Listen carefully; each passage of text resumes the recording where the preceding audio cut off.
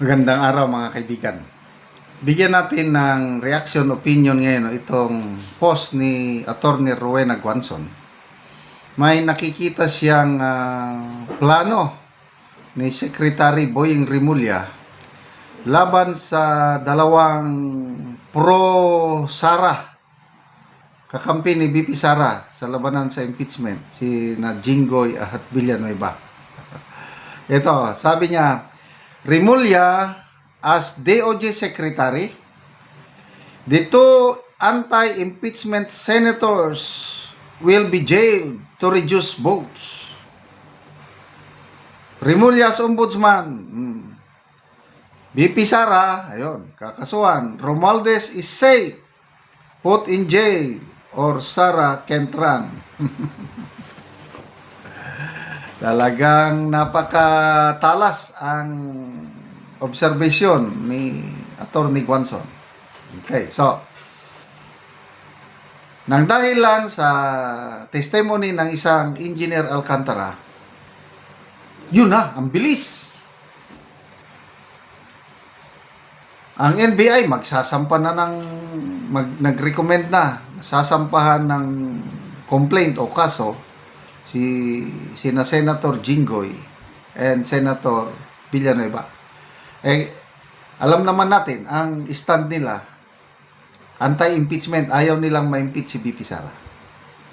So, kasama sila sa minority. Kasi kung intact yung minority na siyam, kung magsampa sila ng impeachment case laban kay BP Sara next year, buo yung siyam na boboto sa acquittal ni BP Sara, useless pa rin. Kahit ilang beses silang magsampa, automatic na yung 9 minority block. Kaya ito, agree ako dito sa nakikita ni Attorney Guanzon na bawasan nila ang boto. So, yun ngayon, kakasuhan na nila ang dalawang pro BP Sara na senador, boboto sa acquittal. Anyway, tignan natin. Ako nakinig ako kanina sa nakinig ako sa sworn statement ni Engineer Alcantara. Kung siya lang mahina. Depende ngayon dito sa Huwebes daw mag-attend yung USEC, dating DPWH USEC Bernardo. Kasi lahat itong sinasabi ni Alcantara na idinadawit niya si Senator Villanueva and Jinggoy, puro si Bernardo ang binabanggit niya. Na kuno, para kay Jinggoy, Bernardo, para kay Villanueva, Bernardo, puros Bernardo. Kaya sa Huwebes, kung magsalita itong Bernardo, kung papaboran niya o corroborate, parehas sila ng sinasabi na, oo, totoo yan, na ganitong milyones napunta kay Estrada, itong perang ito napunta kay Villanueva, nako, ayan, medyo lalakas na yung kaso. Malakas na. Nag-iisa pa lang si Alcantara na nagsalita, sampa na kaagad ng kaso. Ano ba yan? Kaya ako, alanganin ako dyan. Granting. Granting na lang na masampahan nila ng kaso. Prosecution, prosecutor's office, granting. Ihindik ng piskalya ang dalawang senador, iakyat sa korte na ngayon. Kahit may kaso sa korte, it will take time bago makonvict. I don't know kung saan ba ito. Ombudsman ba? Ay, nako, tama pala. Hindi pala dadaan ito sa prosecutor.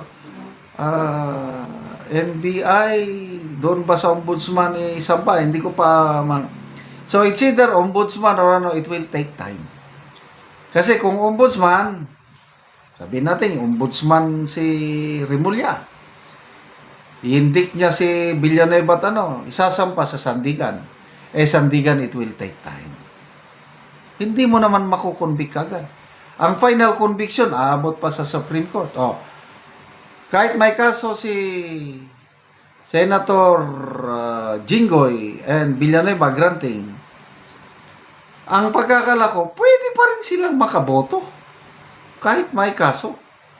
Hindi pa naman sila natanggal nga na senador. Tignan nyo si ex-senator De Lima, kahit nakakulong siya panahon ni PRRD, nakakaano pa rin siya, considered senador pa rin siya, although nakakulong. Habang dinidinig. Ganon din. Kaya, kung ganito ang plano nila, wala, it will not work. Or, ayan, iipitin, pigaon ng pigaon para bumaliktad ang kanilang, bumaliktad ang boto nila. Kailang hindi, ito si Jinggoy, di prinsipyong tao rin ito, lalo na si Senator Villanueva.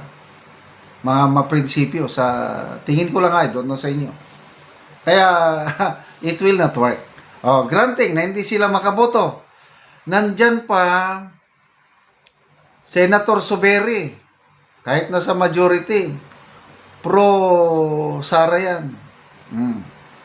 Si Senator Pia Cayetano, Sara yan.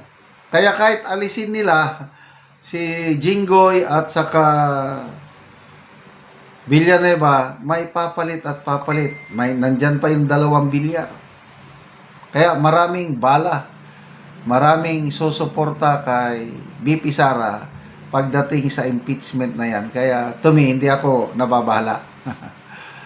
So, ano sa tingin nyo? Magbasa lang ako sa mga comments ha.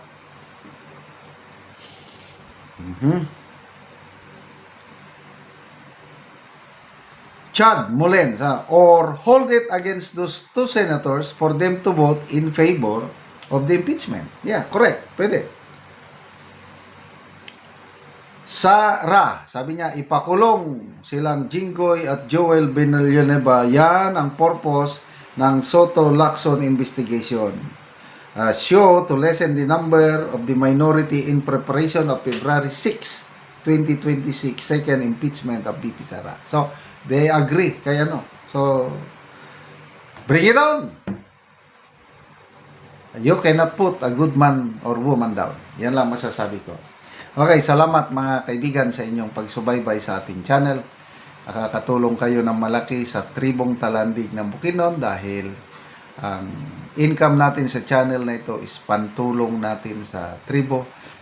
Namimigay tayo ngayon ng libreng yero at pako para makapagpatayo sila ng mas maayos na tahanan dahil tumutulo na ang tubig ulan, butas-butas ang kanilang bubong, yero o kaya'y trapal, cellophane lang ang kanilang panoorin.